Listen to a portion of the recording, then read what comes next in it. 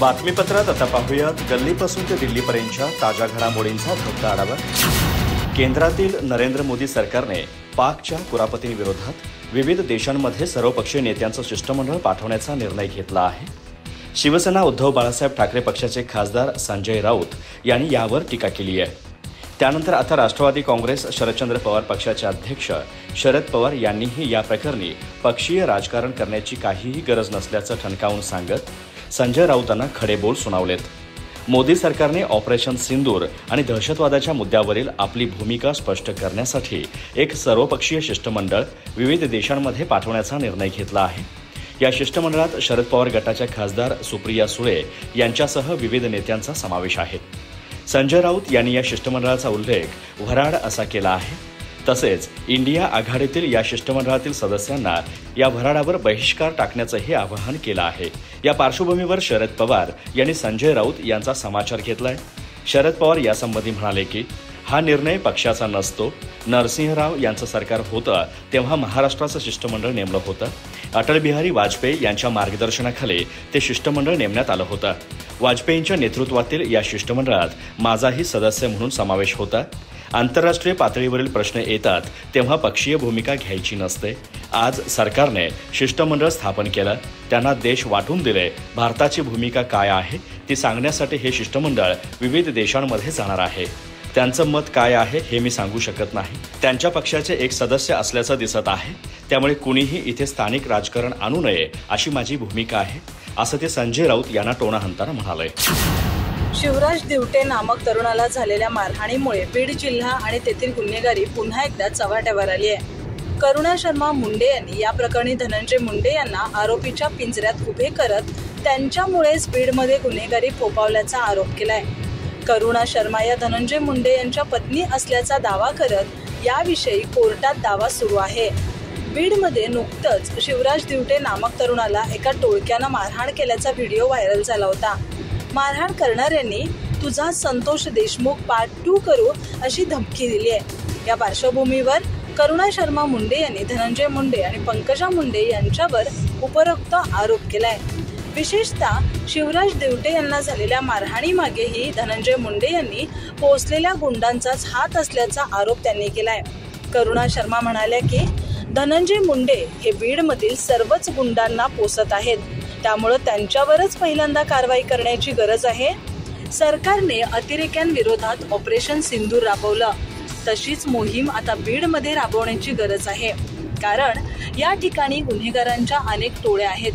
जिल्ह्यात जवळपास 8 ते 10 हजार गुंड आहेत। या सर्वांचा एन्काउंटर करा अशी माझी मुख्यमंत्री देवेंद्र फडणवीस आणि सत्ताधारी भाजपच्या नेत्यांना विनंती आहे। करुणा शर्मा यांनी यावेळी उपमुख्यमंत्री अजित पवार आणि मंत्री पंकजा मुंडे यांचंही नाव घेतलं। धनंजय मुंडे आणि पंकजा मुंडे हे एकाच माळेचे मणी आहेत। या दोघांमध्ये कोणताही फरक नाही। हे दोघेही गुन्हेगारांच्या टोळ्या पोसतात। उपमुख्यमंत्री अजित पवार पुण्याचे पालकमंत्री आहेत। पुण्यातही गुन्हेगारी वाढली आहे। मग ते बीडमध्ये जाऊन काय गुन्हेगारी कमी करणार? उलट ते बीडला आले तर गुन्हेगारांच्या संख्येत आणखीनच जास्त भर पडेल। बीडमधील गुंडराज कमी करण्यासाठी एकच उपाय आहे आणि तो म्हणजे एन्काउंटर। एन्काउंटरचा प्रयोग झाला तरच येथील गुन्हेगारी कमी होईल। धनंजय मुंडे यांचं काढून घेतलेलं मंत्रीपद बीडच्याच इतर एखाद्या आमदाराला द्यावं। त्यांच्याकडे हे पद गेल्यास मी पुन्हा लढा देईल। पंकजा मुंडे या सध्या धनंजय मुंडे यांच्या पाठीशी उभ्या टाकल्या आहेत असा दावाही करुणा शर्मा यांनी केलाय। उपमुख्यमंत्री एकनाथ शिंदे यांच्या नेतृत्वातील शिवसेनेच्या जळगाव येथील नूतन कार्यालयाचे 4 जून रोजी उद्घाटन होणार आहे। पण या कार्यालयात भूत असल्याच्या अफवेमुळे एकच खळबळ माजली आहे। या अफवेमुळे सेना कार्यकर्त्यांमध्ये एवढी भीती पसरली आहे की ते या कार्यालयातच जाण्यास नकार देत आहेत।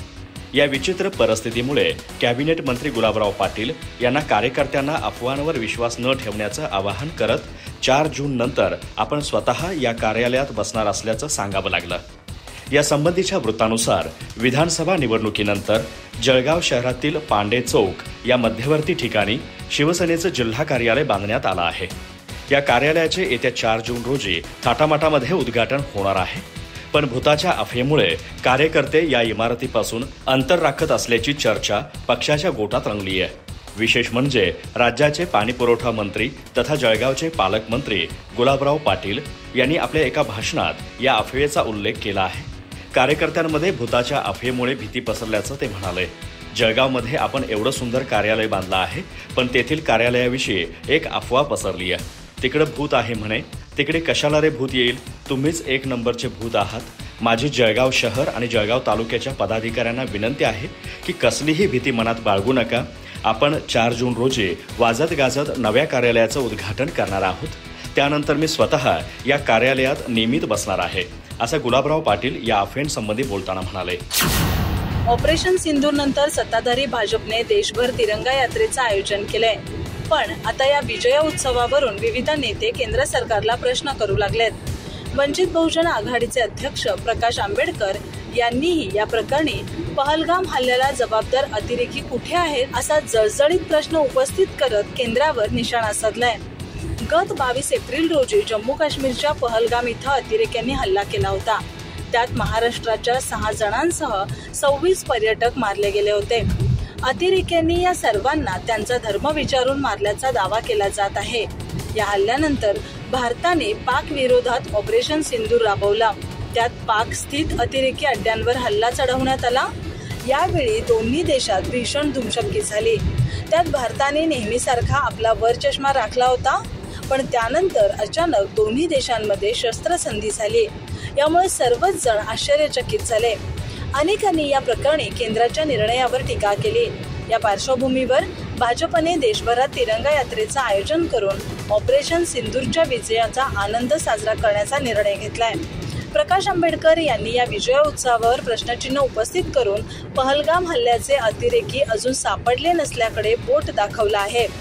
आंबेडकर सोमवारी एका पोस्टमध्ये थेट पंतप्रधानांना उद्देशून म्हणाले की मोदी, पहलगाम अतिरेकी हल्ल्याला जबाबदार अतिरेकी कुठे आहेत? जवळपास 1 महिना झाला, तुम्ही कोणत्या गोष्टीचा उत्सव साजरा करत आहात? या हल्ल्यात ठार झालेल्या पीडितांच्या पत्नींना अद्याप न्याय मिळाला नाही। सरन्यायाधीश BR गवई यांच्या मुंबई येथे झालेल्या कथित अवमानाविषयी राज्याचे माजी गृहमंत्री तथा राष्ट्रवादी काँग्रेस शरदचंद्र पवार पक्षाचे ज्येष्ठ नेते अनिल देशमुख आणि आमदार जितेंद्र आव्हाड यांनी सरकारला खडे बोल सुनावलेत। सरन्यायाधीश भूषण गवईंचा अवमान महाराष्ट्रासारख्या पुरोगामी राज्याला शोभत नाही, असंही त्यांनी म्हटलं आहे। न्यायमूर्ती भूषण गवई यांनी नुकतंच देशाचे 52वे सरन्यायाधीश म्हणून पद गोपनीयतेची सूत्र हाती घेतलीत। त्यानंतर ते रविवारी डॉक्टर बाबासाहेब आंबेडकरांना अभिवादन करण्यासाठी चैत्यभूमीवर आले होते। सरन्यायाधीशपदी निवड झाल्यानंतर ते पहिल्यांदाच मुंबईला आले होते। चैत्यभूमीवर जाण्यापूर्वी मुंबईत बार काउन्सिल ऑफ महाराष्ट्र आणि गोवा यांच्यातर्फे त्यांचा सत्कार करण्यात आला। पण या सोहळ्याला राज्याचे मुख्य सचिव, पोलीस महासंचालक आणि मुंबईचे पोलीस आयुक्त या तिघांपैकी कुणाचाही उपस्थिती नव्हती। सरन्यायाधीश भूषण गवई यांनी या अनुपस्थितीची शेलक्या शब्दांमध्ये दखल घेतली। महाराष्ट्रातील एक व्यक्ती देशाच्या सर्वोच्च न्यायालयाचा सरन्यायाधीश म्हणून पहिल्यांदा राज्यात आला, त्यामुळे या कार्यक्रमाला उपस्थित राहणं हे महाराष्ट्राचे मुख्य सचिव, पोलीस महासंचालक आणि मुंबईच्या पोलीस आयुक्तांना योग्य वाटत नसेल तर त्यावर त्यांनी विचार केला पाहिजे, असंही ते म्हणाले। या पार्श्वभूमीवर अनिल देशमुख यांनी या तिन्ही अधिकाऱ्यांना राजशिष्टाचाराच्या मुद्द्यावर खडेबोल सुनावलेत। पहिल्यांदाच महाराष्ट्राच्या दौऱ्यावर आलेले देशाचे सरन्यायाधीश माननीय न्यायमूर्ती भूषण गवई साहेब यांच्या दौऱ्यासाठी राज्य शासनातील एकही प्रमुख अधिकारी उपस्थित राहत नाही, ही अत्यंत खेदजनक बाब आहे। न्यायमूर्ती गवई हे महाराष्ट्राचा अभिमान आहेत। राजशिष्टाचारातील या त्रुटी आणि त्यांचा अपमान महाराष्ट्रासारख्या पुरोगामी राज्याला शोभत नाही, असंही देशमुख यांनी म्हटलं आहे। सीमाशुल्क विभागाच्या मुंबई विभाग 3 येथील CSMI विमानतळ आयुक्तालयातील अधिकाऱ्यांनी 17 मे रोजी 2 स्वतंत्र प्रकरणांमध्ये एकूण 5.75 किलो सोनं जप्त केलं असून त्याची अंदाजे किंमत 5,10,00,000 रुपये इतकी आहे। हे सोनं संबंधित व्यक्तींच्या आतील कपड्यांमध्ये आणि जॅकेटच्या खिशामध्ये लपवलेलं होतं। या प्रकरणांमध्ये 2 जणांना अटक करण्यात आली आहे। एका प्रतीक्षालयात काम करणाऱ्या व्यक्तीला तो कर्मचारी मार्गाने प्रस्थान क्षेत्रातून जात असताना अडवण्यात आलं। त्याच्या आतील कपड्यांमध्ये लपवलेली मेणामधील सोन्याची भुकटी असलेली 6 पाकिटं हस्तगत करण्यात आली। याचे निव्वळ वजन 2800 ग्रॅम असून अंदाजे किंमत 2 कोटी रुपये इतकी आहे। हे सोनं त्याला एका विमानतळावर अस्थायी थांबा घेतलेल्या अर्थात ट्रान्झिट प्रवाशानं दिल्याचं प्रथमदर्शनी दिसत आहे। या व्यक्तीला अटक करण्यात आली आहे। एक कंत्राटी पद्धतीनं काम करणाऱ्या व्यक्तीला तो प्रस्थान क्षेत्रातील कर्मचारी बाहेर पडण्याच्या ठिकाणी जाताना अडवण्यात आलं। त्याच्या अंगावरील जॅकेटच्या खिशामध्ये लपवलेली मेणामध्ये सोन्याची भुकटी असलेली 6 पाकिटं हस्तगत करण्यात आली, ज्याचं निव्वळ वजन 2950 ग्रॅम असून अंदाजे किंमत 2,62,00,000 आहे। हे सोनं त्याला विमानतळावर अस्थायी थांबा घेतलेल्या अर्थात एका ट्रान्झिट प्रवाशानं दिल्याचं प्रथमदर्शनी दिसत असल्याचं सीमा शुल्क विभागानं सांगितलंय। दरम्यान ताब्यात घेण्यात आलेल्यांचे अधिकारी चौकशी करत आहेत।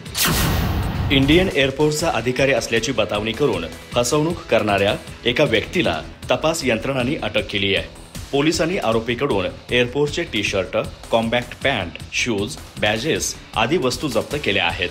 आरोपी उत्तर प्रदेशचा आहे। या संबंधीच्या माहितीनुसार गौरव कुमार असं हवाई दलाच्या या तोतया अधिकाऱ्याचं नाव आहे। गुप्तचर यंत्रणेला त्याच्या संशयास्पद हालचालची माहिती मिळाली होती। या माहितीच्या आधारावर दक्षिणी कमांडचा मिलिटरी इंटेलिजन्स विभाग आणि खराडी पोलिसांनी रविवारी खराडी परिसरात राबवलेल्या एका संयुक्त कारवाईत त्याच्या मुसक्या आवळल्या। तपास पथकाने त्याच्या घराची झडती घेतली असता अनेक संशयास्पद साहित्य सापडलं। यात जनतेची दिशाभूल करण्यासाठी तो वापरत असलेल्या हवाई दलाचे 2 टी-शर्ट, 1 कॉम्बॅक्ट पॅन्ट, 1 जोडी कॉम्बॅट शूज, 2 बॅजेस व 1 ट्रॅकसूट आदींचा समावेश आहे। या प्रकरणी आरोपी विरोधात खराडी पोलीस ठाण्यात BNS कलम 168 अंतर्गत गुन्हा दाखल करण्यात आलाय। पोलीस आरोपीची कसून चौकशी करत आहेत। आरोपी नेमका कोणत्या हेतूने आपण एअरफोर्सचा अधिकारी असल्याची बतावणी करत होता, त्याच्या कृत्यांमुळे राष्ट्रीय सुरक्षेला काही धोका निर्माण झाला आहे का आदी विविध प्रश्नांची उत्तरे यासंबंधी शोधली जात आहेत। पाक विरोधात हवाई दलाने राबवलेल्या ऑपरेशन सिंदूरच्या पार्श्वभूमीवर या आरोपीची तोदियागिरी उघड झाल्यामुळे सुरक्षा यंत्रणा सावधगिरीने पावलं उचलत आहे। राज्य सरकारने गाजावाजा करत एप्रिल 2024 मध्ये सुरू केलेल्या लेक लाडकी योजनेच्या अंमलबजावणीतील विसंगती आता समोर येते। आर्थिकदृष्ट्या दुर्बल घटकातील मुलींच्या शिक्षण, आरोग्य आणि सर्वांगीण विकासासाठी सुरू झालेल्या या योजनेचा लाभ आतापर्यंत 1,58,000 मुलींनी घेतला असला तरी मुंबईसारख्या महानगरात केवळ 100 मुलींनाच लाभ मिळाल्याची धक्कादायक माहिती समोर आली आहे। सरकारने आतापर्यंत या योजनेसाठी तब्बल 79,32,00,000 रुपये खर्च केले असून शहरी भागात योजनांची प्रभावी अंमलबजावणी होत नसल्याचं यातून अधोरेखित होत असतानाच ग्रामीण आणि आदिवासी भागातही योजना पोहोचवण्यात राज्य सरकारची उदासीनता दिसून येत आहे। महिला आणि बालविकास विभागाच्या वरिष्ठ अधिकाऱ्यांनी दिलेल्या माहितीनुसार एप्रिल 2024 ते मे 2025 या कालावधीत 1,58,652 मुलींना योजनेचा लाभ मिळालाय। ग्रामीण भागात अंगणवाडी सेविकांकडे अर्ज करता येतो तर शहरी भागात मुख्य सेविकांमार्फत ही प्रक्रिया होते। मात्र अर्जाची पडताळणी, अधिकाऱ्यांकडील मंजुरी आणि योजनेबाबत जनजागृतीचा अभाव यामुळे अनेक पात्र कुटुंब योजनेअंतर्गत येतच नाहीत। त्यामुळे गरजू लाभार्थ्यांना योजना मिळत नसल्याचं ठळकपणे दिसतं। सरकारने लेक लाडकी योजनेचा गवगवा केला असला तरी प्रत्यक्ष अंमलबजावणीतील हलगर्जीपणा आणि जिल्हानिहाय असमानता यामुळे ही योजना गरीब लाभार्थ्यांपर्यंत पोहोचत नसल्याची टीका होतीये। राज्यात सर्वाधिक लाभार्थी नाशिक, कोल्हापूर, सोलापूर या जिल्ह्यांमध्ये आहेत, परंतु मुंबई शहरात केवळ 100 आणि मुंबई उपनगरात 1,140 मुलींनाच लाभ मिळाल्याचे आकडे स्पष्ट करत आहेत। गडचिरोली, नंदुरबार, धुळे, हिंगोली यांसारख्या जिल्ह्यात लाभार्थिनींची संख्या अत्यल्प आहे।